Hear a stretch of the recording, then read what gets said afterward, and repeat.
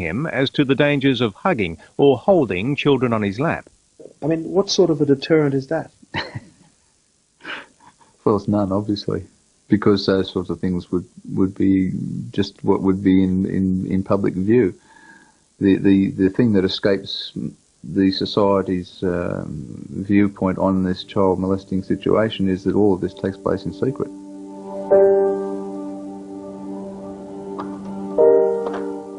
So secret is child abuse that Simon Thomas thought he was alone in being abused by Robert Souter, until he found out about his younger brother, and then later about another brother as well.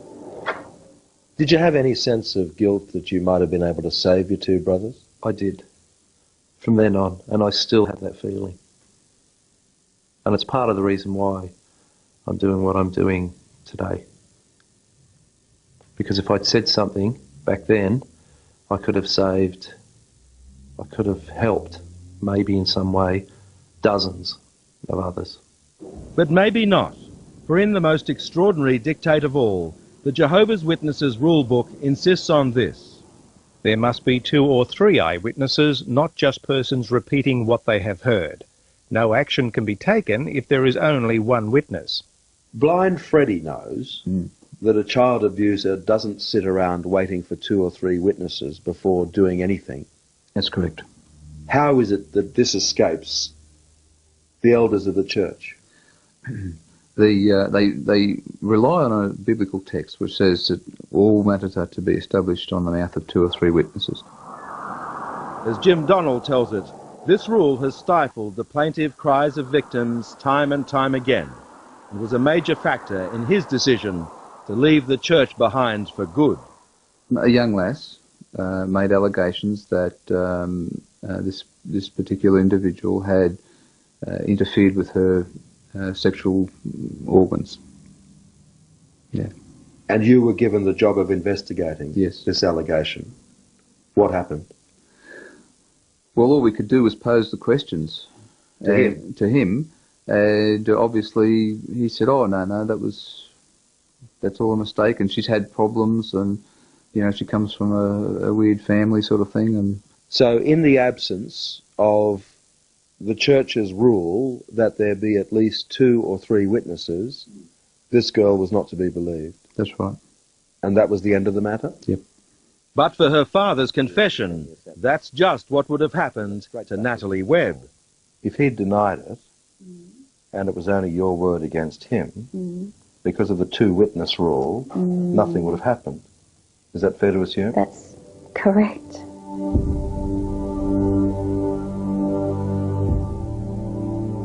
This one's called The Wrestle. It's actually wrestling with a decision on whether I should actually go to the police. For Simon Thomas, years went by as he and his family nursed their trauma. Black years, chronicled in his paintings. This one there, that's called Life at 15. Then, 6 years ago, Simon approached the church elders again. And I said to the elders there that I was really struggling with what happened to me, and that I needed some help. I wasn't coping. What did they say to you? They said to me back then, they said, and these are the exact words, they said, obviously, for this problem to be bothering you for so long, you're not praying enough. You're kidding. And that's exactly what was said to me, so I shut up again for another year or 2. And then? And then I decided that I was going to go to the police. Robert Souter was sent to jail for a minimum of 3 years by Judge John Goldring, who had this to say about the Watchtower Bible and Tract Society. The church authorities took it upon themselves to act as if they were the civil authorities, which they had no right to do. This matter was not reported to the police, as it should have been, and I'm surprised that the police have not taken any action against the church authorities. I hope they will do so. The state has the responsibility of protecting young people, and all citizens have a serious moral responsibility to assist it in doing so. I cannot criticize the church sufficiently seriously for not having reported this matter. Do you feel any moral responsibility for the fact that he continued to abuse other children? I think you have a moral responsibility to respect my wishes and follow the procedure I've given you, and that is to contact the Watchtower Society of Australia. Don't harass me. Every child in this photograph with Simon Thomas was abused by Robert Souter. As we now know, the total number Souter molested could be as high as 40.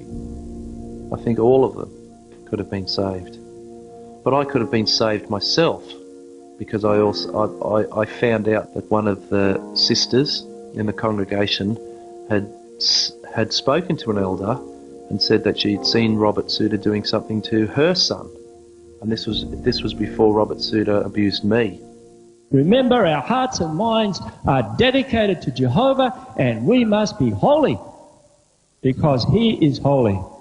We asked the Watchtower Society a series of questions about its handling of the cases of Robert Souter and Victor Webb, and asked them to tell us how many child abusers they've uncovered in their ranks. We were told it wasn't the business of the media to know, though the church did say very few were elders or those holding positions of responsibility. In this letter, Viv Maritz, the Society's Australian president, declined our request for an interview and said about the claims of Simon Thomas and Natalie Webb, "My inquiries indicate that the elders involved did not give instructions not to report the abuse to the police. It's at odds with everything we've heard from a number of sources, including a judge. But on previous form, the congregation will be told our story is the work of Satan." The media out there, with all its power and its might, it presents human nature in 3Ds. 3Ds. Debauchery of every kind, deception of every kind, and demonism of every kind. And we need to be aware of that. But the authorities and the courts need to be aware of something else, something far more sinister, the Church's notion of the truth. In this book, Insight on the Scriptures, it says here, doesn't it, lying generally involves saying something false to a person who is entitled to know the truth. Yes. Would your average judge or magistrate be somebody who was entitled to know the truth? It would be very difficult for a person not to uphold what the society would want. They would back the society, and they would see that as backing Jehovah, in which case these people, the court, is not entitled to know the truth. Is not? No. And in that case they would say, that's not a lie. So it's quite possible, given this definition of lying, that a Jehovah's Witness could go before a civil court in this country and lie to their back teeth. Yes. And this from the man who was once the Society's own lawyer. That has always been, as long as I remember, has been Watchtower doctrine, that only those who are entitled to know the truth deserve the truth. Right, but if they determine that a particular judge or a particular court is not entitled to know the truth, they won't tell the truth. Correct. Do you recall telling her that she shouldn't go to the police? Not at all. She says you did. Oh, well, that's her word against mine, isn't it? So, who is entitled to know the truth? I mean, who do you think you are anyway? Since when have you become the bee's knees on all of this? So has Vic repented, has he? Is that it? Well, I would like to think so, but that's not for me to judge, is it? I mean, that's between him and his God, ultimately, is it not? Him and his God. Well, don't you think that?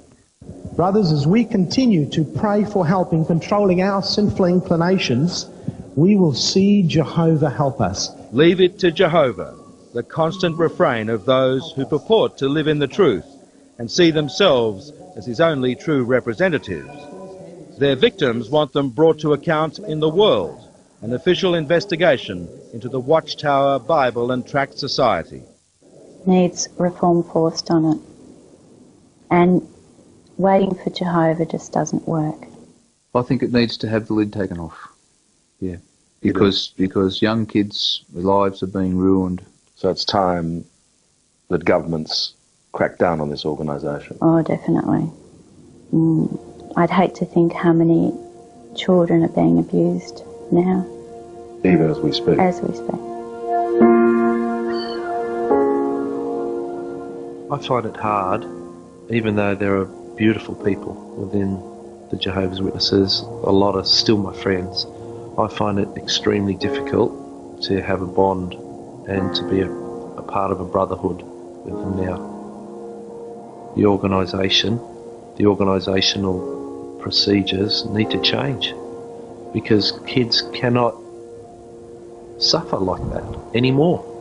It's wrong. Suffer the children. Graham Davis reporting there, the producer Kirstine Lum. More information is available on our website at 9msn.com.au/Sunday, as well as contact details for victims of abuse.